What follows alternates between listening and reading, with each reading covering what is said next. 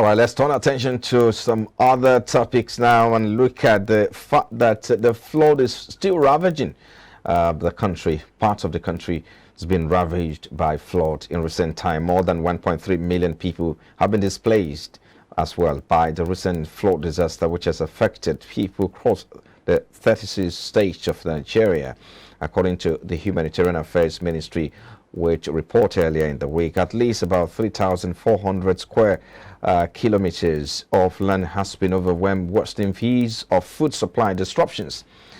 And that, of course, has threatened production of food in the northwest and central regions of Nigeria, which produce much of what Nigeria consumes.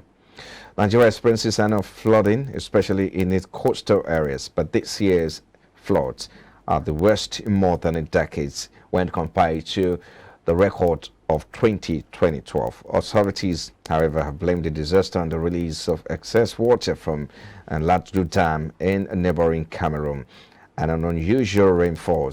Now, Nigeria does not have a buffer dam to prevent this flow, though this need has existed since 1982. So let's speak to these issues now. We've been joined right now by Dr. Idris Badru, agricultural communication researcher, and is also senior lecturer at the Department of Agricultural Extension and Rural Development at University of Ibadan. He joins us virtually. Thank you for your time, Doctor. We appreciate your time. Thank you. It's my pleasure. Now, let's start. This is not the first time we're recording this. It happened in 2012, but of course, this year's report or record, it's more than what we expected. What's your position on this? Please give us your thought quickly. Thank you very much. I think what we are seeing with respect to the flood is not different from the way we've been managing ourselves as a people. We like knee-jerk responses to things. And even when we are warned that certain things are going to happen to us, we are kind of fatalistic, thinking that we can always wave things away. Like you rightly pointed out, this is not the first time that this is happening. And we also know that it's not as if Nigeria is isolated in the scheme of things with respect to this natural disaster and that is we are currently experiencing. But the problem is usually our response to some of these challenges that they are bound to happen. So if we had prepared well for this, this shouldn't have caught us by surprise, because even while monitoring the news, you will notice that the NEMA, Nigerian Emergency Management Authority, people that work with the weather stations, they've been warning us that the rains for this year will likely be overwhelming like this. So as a serious people, not only the government, even individuals that are citizens of this country, we ought to have prepared well for this, but we are caught napping as usual. So it's just like that is just the way we are wired to be thinking, or probably the way our society has conditioned us to be, reacting to issues. Now, the excuse is that, it's somewhere from Cameroon, a dam has been released from the neighboring country, Cameroon, and that's the excuse. But you rightly mentioned earlier, you said, how prepared are we? Again, what are some of the, how well have we been, addressing these issues? Of course, it's about a decade. It's a problem that has lingered for more than 10 years now. But this time around, perhaps it has drawn the attention of government than ever. How well do you think the government will be able to utilize this window to, maybe recover its glory? Well, I think it's not something that is peculiar to a particular government in Nigeria, because here we were in 2012 when it happened. The same thing is happening over and is happening again.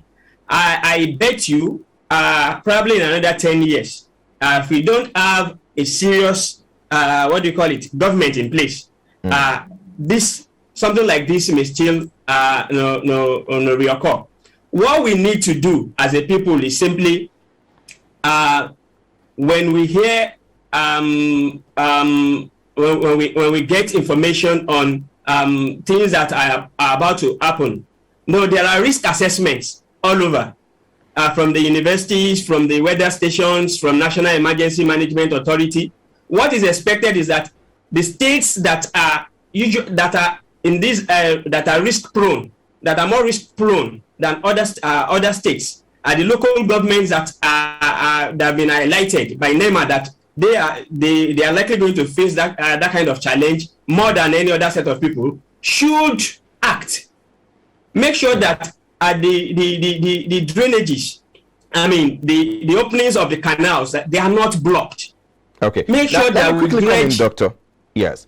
Yeah, I know we're going to talk about solution. I mean, later on the program, just before we wrap up this segment.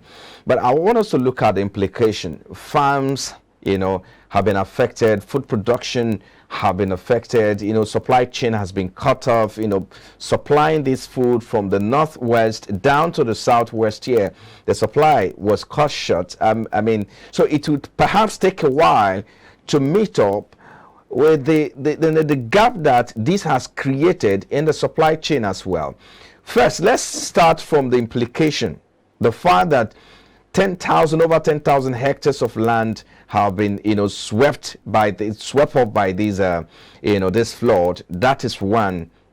And then secondly, of course, the implication on food prices. How is this going to, trigger food prices? Are we going to witness more food prices in addition to the inflation that had just been recorded about a week or 2 weeks ago? Talk to us about this. We are in for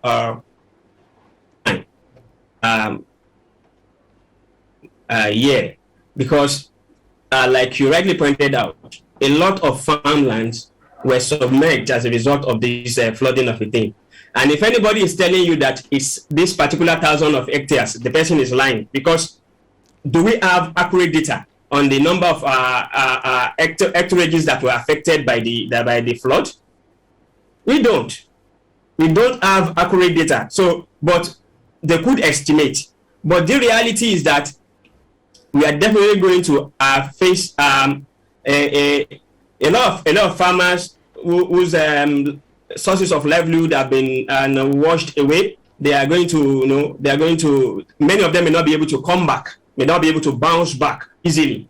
Now, and this is going to affect the supply of food. Now, imagine.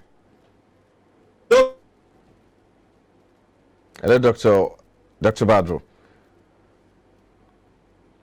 Well, I guess we're losing connection with Dr. Badru there, but trying to look at the implications of these on supply chain. Kogi State alone. Yeah, go ahead. Within Kogi State alone. So this is going to affect the prices of products. It's going to make things harder for the people. So we should just all brace up.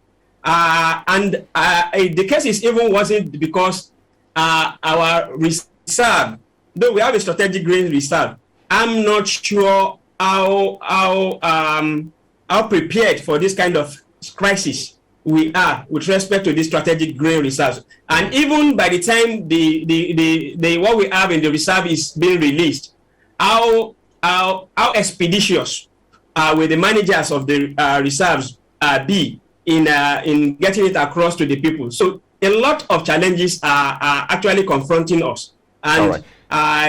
I just don't know how we are going to cope with it. Okay. I mean, you were trying to do a risk assessment earlier, but if you're to analyze these and then put a word through it, how much do you think the country has lost so far? I mean, consider the farmers, consider, businessmen who are also involved in the supply chain, and across the value chain of food or agri, processing as well. How much is the country losing? Now, putting an exact figure, an exact figure to the quantum of losses that people have experienced is just unrealistic at this time, because I can't just imagine what people have lost. So saying it's in the realm of millions of naira or billions of naira, it will be like talking without facts. And people still need, the researchers still need to, and the necessary agencies still need to come up with the quantum of losses that people have actually faced right now. But I can bet that it will be in the realm of billions of naira. Okay, point taken there, Dr. Badru. But let's look at, in your research work, I'm sure you probably have come across some things that will be helpful to the country, or the country is not doing, or we're not exploring it enough. What do you think when it comes to agric processing, or the food value chain, the entire agric value chain? What are we losing out as a nation? And perhaps in your research work, what you found out that could be helpful. Let's try to wind it down now. Yeah, well, with respect to the agric value chain, hello,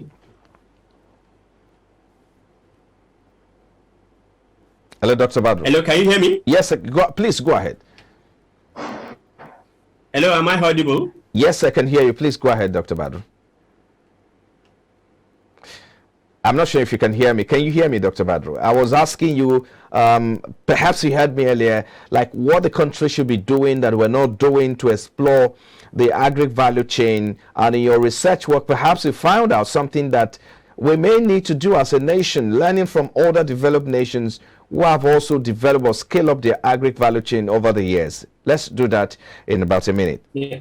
Yeah, thank you very much. Most of the time when we look at the agricultural sector, we're always looking at the micro environment. And like I have always said on so many fora, when you want to look at agriculture, you don't look at agriculture as an isolated sector within the economy. We have to look at the macro economy, look at the totality of the economy. For instance, I have always said it. Now, infrastructure, if infrastructure are not in place, there's little the farmer can do. And no matter what they do, at the end of the day, you still discover that they won't be able to help the country so much. For instance, look at what has happened as a result of this flood that we're talking about. That logistics in taking food down from the north to the south has become very difficult. It's going to the farmers are going to incur a lot of losses, and as a result of that, it's going to discourage them from cultivating in the next season. Even if they are not discouraged, they won't have enough wherewithal to do as they had been doing. So infrastructure is important, and you can't good roads for us to connect the market from wherever the farmers are and where the consumers will get whatever the farmers are producing, and some other things that will, even the foreign exchange affects the farmer, because the machineries that they are going to use on their farm, we are talking about value addition, talking about processing. Processing needs electricity. If the electricity in the country is bad, there's no way you'll succeed in adding value optimally to what you are producing. It's a problem. We don't have electricity. So if you can fix power, if you can fix our roads, and if you can work on the foreign exchange, such that whatever the farmers are going to need in terms of capital and input, they'll be able to get it at cheaper cost. It will bring down the cost of production. More importantly, if we cannot do that, we will need to continue to subsidize agriculture. Because even in developed countries, if you go to America, they have something they have one thing or the other that they are usually subsidizing. Despite the fact that the neoliberal economies will be telling us that we cannot subsidize. We just need to keep subsidizing agriculture so that the cost of production will be reduced. Thank you. Yeah, point taken there. If you can do this in 30 seconds, back to flood issue. and how it has affected food supply from the north to south here. But again, I mean, in 30 seconds, how do we address this issue of flooding across the nation every now and then sustainably, such that we don't have to witness this? I know a lot of people will say, okay, it's a global warming issue, it's the impact of climate change as well. But then again, I know that nations across, a government of nations are also rising up to occasion to protect their territories from being invaded by the impact of climate change. In 30 seconds, can you tell us one thing that we can, how to address this?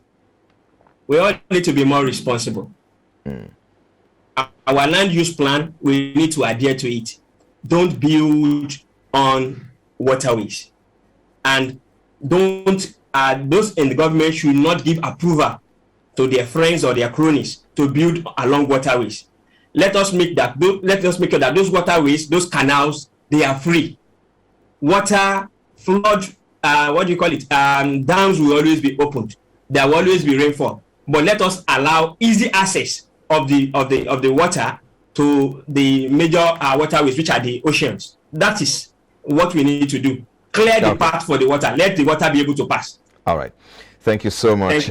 Thank you so much, Dr. Idris Badru. Is an agricultural communication researcher and senior lecturer, Department of Agricultural Extension and Rural Development, University of Ibadan. Thank you for your time, Business Breakfast. Thank you for having me. Thank you.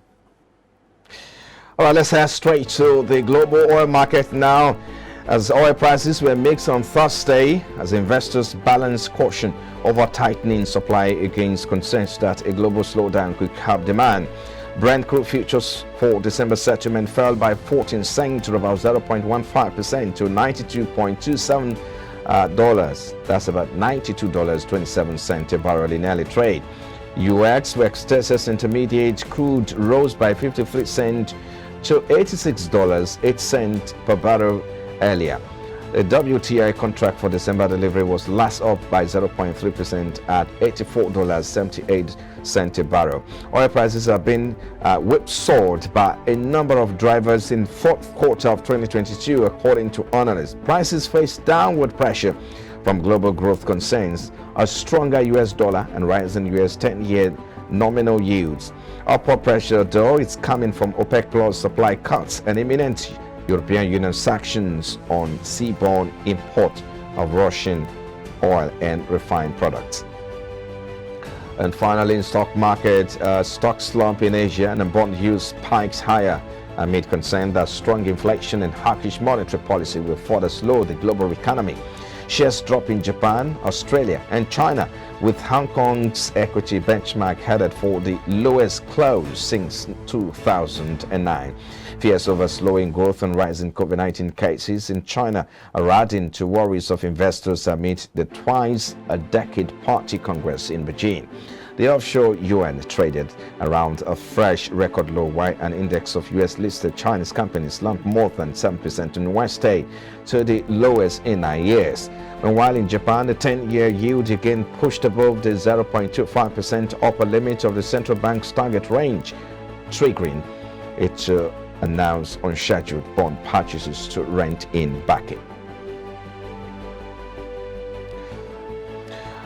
Well, and of course, this is where we call it a wrap on a Thursday's edition of the program. Many thanks for watching. We'll be back again tomorrow on behalf of the entire production crew. I am Frank Komalape. I'll see you again.